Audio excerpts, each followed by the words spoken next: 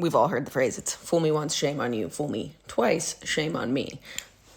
And I wonder what the feeling is when we've been fooled for like decades and decades and we're all starting to wake up and realize it, right?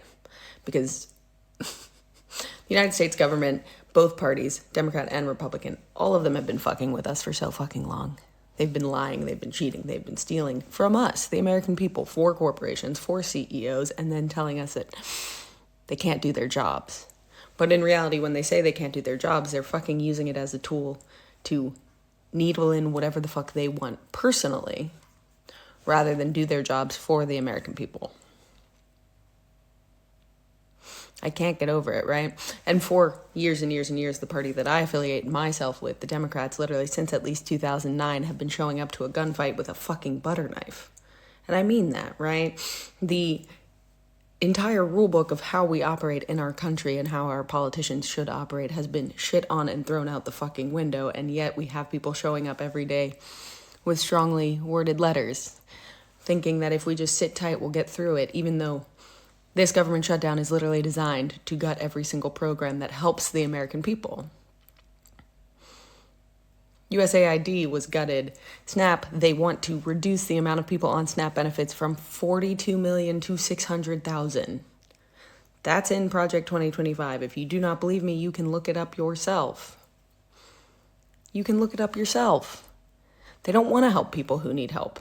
When we help people who need help, when we invest in the American people rather than the corporations and the upper echelon, the 1% or 0.5% of the very, very top, we actually create a really strong middle class. We actually create upward mobility so that people who come to this country looking for a better life can find a better life, right? We do, and we know this. We know this to be true, right? In 1971, the middle class was somewhere around 65% of Americans, and now it's down to somewhere around 50%. But the bracket has been opened up so much, right?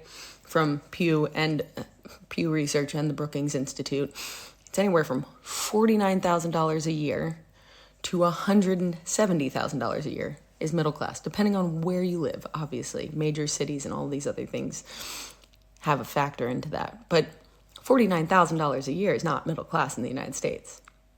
$49,000 a year is less than $1,000 per week. It's less than $1,000 per week before taxes. And with that 2017 tax reduction for corporations, the rest of our taxes fucking went up.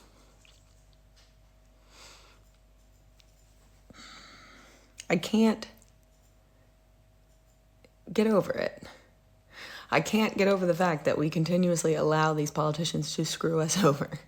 I can't get over the fact that we continuously get in bed with them and we say the system is fine. And there's something in our brains, there's something in the neuroscience behind it of where our brains feel comfortable. We would rather be comfortable in a space that's actually really bad for us than step into the unknown and find a new spot that's really good and could actually work for all parties involved.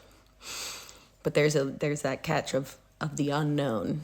Even if it could be 1,000 times better, 1,000,000 times better, we have to convince a ton of people to be comfortable stepping into the unknown.